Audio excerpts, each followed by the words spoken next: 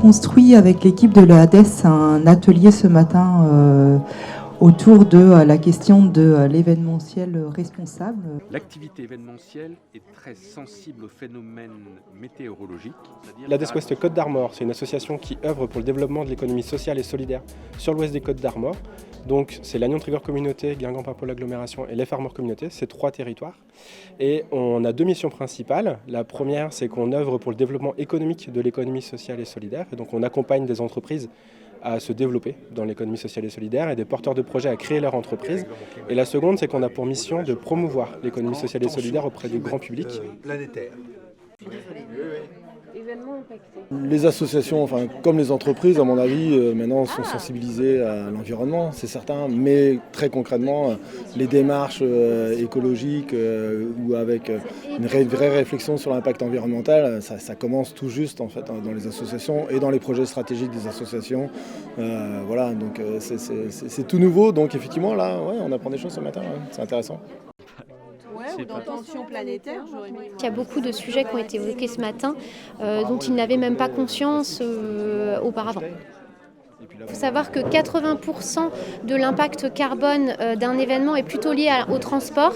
Et ensuite, le deuxième poste des émissions les plus importantes serait lié à l'alimentation, à la restauration sur l'événement. Il faut qu'elle soit réutilisée 7 fois. Nous, on a aussi pour rôle d'expérimenter des choses.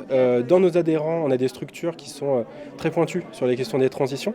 Et à l'Assemblée Générale de l'année dernière, ils nous ont fait remonter le fait que notre Assemblée Générale était bien, mais qu'ils auraient voulu qu'on fasse une Assemblée Générale exemplaire d'un point de vue développement durable. Par exemple, on n'avait pas un menu végétarien le midi, c'est le genre de choses qui a pu coincer, donc aujourd'hui c'est un menu végétarien.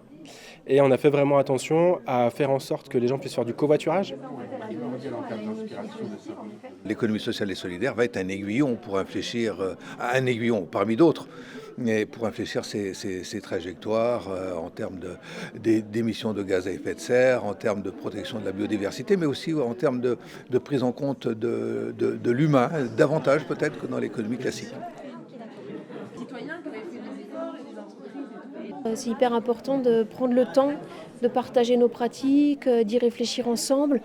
En fait, pour moi, la fresque, là, le jeu qu'on nous propose, c'est un prétexte plutôt à échange sur nos pratiques entre les uns et les autres. C'est primordial, en fait, qu'on ait des réflexions dès le départ dans la conception des projets dans l'environnement et que ça devienne vraiment des habitudes, en fait, des réflexes où on n'aura plus du tout besoin de faire ce genre de jeu et que dès la conception des projets, on pensera à toutes ces questions de transport, de consommables, de ressources humaines, d'impact sur la biodiversité.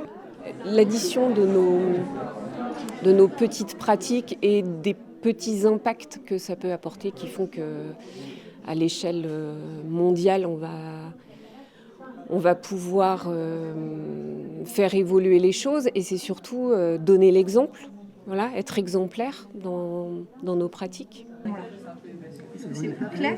Pour moi, il y a un vrai déclic et un mouvement qui s'est mis en place sur le développement durable. Je rappelle juste que le développement durable, c'est pas seulement les actions liées à l'environnement, mais c'est aussi le pilier social et sociétal. Comment est-ce que je rends mon événement plus inclusif et plus accessible ? Il y a toutes ces questions-là qu'on se pose aussi.